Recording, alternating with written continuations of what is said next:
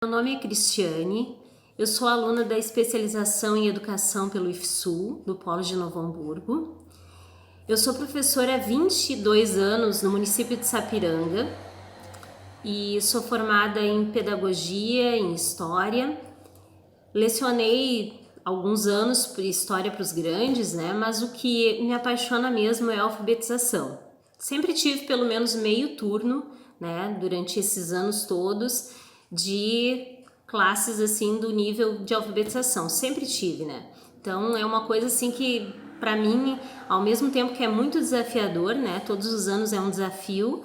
É algo assim que a gente se depara com sempre novidades e coisas que a gente não espera, tá? Mas ali também a gente aprende muito, né? Eu acho que é uma das séries ali, os anos iniciais, que a gente mais aprende, né? Essa coisa de como lidar com sentimentos e realmente como transformar aquela experiência da criança em escrita e leitura.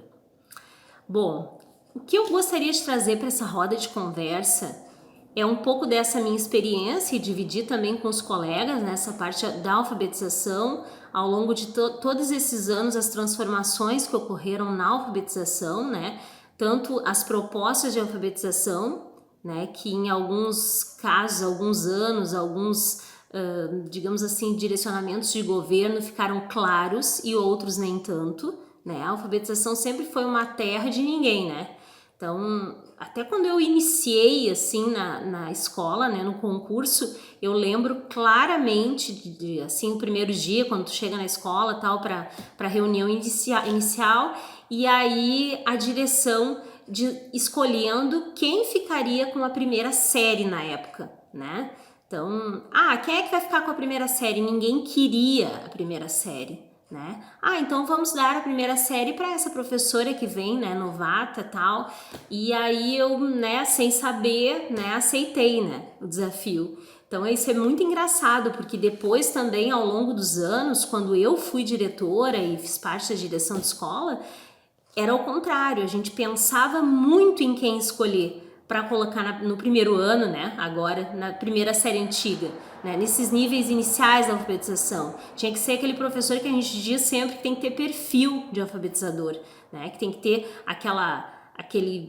tem que ter aquele jeito para alfabetizar, né? Tem que ter aquele jeito com as crianças, tem que gostar. Então, não é só tu ser formado, né? Tu ter a formação, né? Tu tem que ter ali um talento um pouco maior ali para alfabetizar. Não é só a paciência, como as pessoas dizem, e para mim também não é o dom, né? Nasceu com o dom, não é isso, né? Não é uma mágica que acontece, né? Mas é um professor diferente. Bom, e o que me inquieta, então, que eu também gostaria de trazer, então, na verdade, são vários temas dentro de um só. Mas a alfabetização, então, enquanto, né, experiências, relatos de experiências, como que é alfabetizar, né, para cada professor. E o que agora me apavora um pouco e me inquieta, né, e me torna assim mais, né, questionadora, são esses projetos do governo atual, né, que a gente está vendo aí, de negar certas práticas que se fazia, né? A gente vem ao longo dos anos a alfabetização construindo muito assim, a partir da experiência do aluno, né? A contação de histórias, né? Várias práticas assim que se complementam, que não basta simplesmente a gente chegar lá, né? Alfabetizar não é chegar simplesmente na sala de aula e passar no quadro o babebobu, né? As famílias silábicas, ou encher as crianças de folhinhas, né? De cópias de internet. Então não é isso, alfabetizar não é isso, né? Alfabetizar é todo um mundo do letramento que precisa ser construído com a criança, aproveitar a experiência da criança também, o que ela já sabe e partir daí.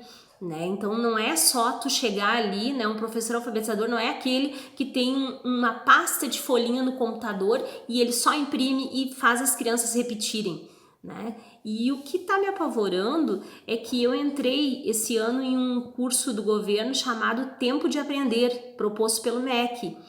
E nesse material, ele traz muito, então, o método fonético, né, o fônico, como a tônica principal, tá? Então, a gente sabe que o som é importantíssimo para alfabetizar, ninguém está dizendo que não é. Agora, tu utilizar só o método de repetição de sílabas, para mim é um retrocesso muito grande, né? Aí a gente vai escutar as pessoas antigas dizerem assim, ó, bah, mas eu aprendi muito, eu tinha lá minha cartilha e eu aprendi a ler e escrever dessa forma, né? Eu aprendi muito rápido a ler e escrever. Só que o que a gente percebe hoje são muitos desses adultos que aprenderam dessa maneira, não sabendo interpretar textos, não sabendo pensar de maneira mais abstrata, né? E sendo realmente aquela pessoa que lê e não absorve, não consegue construir o pensamento em cima do que leu, né? Um método muito mecânico, né? Tanto que hoje em dia a gente percebe aí os jornais cada vez mais assim diminuindo as matérias, né? Colocando resumos, porque as pessoas não sabem ler e entender, né? Então, isso para mim, né, que sou alfabetizadora há alguns anos, eu percebo que quando a gente alfabetiza de maneira diferente, de maneira a questionar, né, as crianças elas crescem com outro repertório, né? Elas crescem com outro olhar mais investigativo, olhar mais questionador. Então, eu acho que é muito importante a gente pensar sobre as propostas de alfabetização, né? Não é simplesmente cada um faz o que quer, né? Mas dentro desse faz o que quer, a gente precisa discutir, né? Porque da mesma maneira que eu não acho que tenha que ter um modo só de alfabetizar, né? Não deve vir uma proposta, um método único, porque cada criança aprende de maneira diferente e o professor ele vai sentir isso ao longo das suas aulas e ele vai mudando, ele vai adaptando, ele vai, né? Aquela criança que não consegue, tu vai tentando vários métodos até ela conseguir.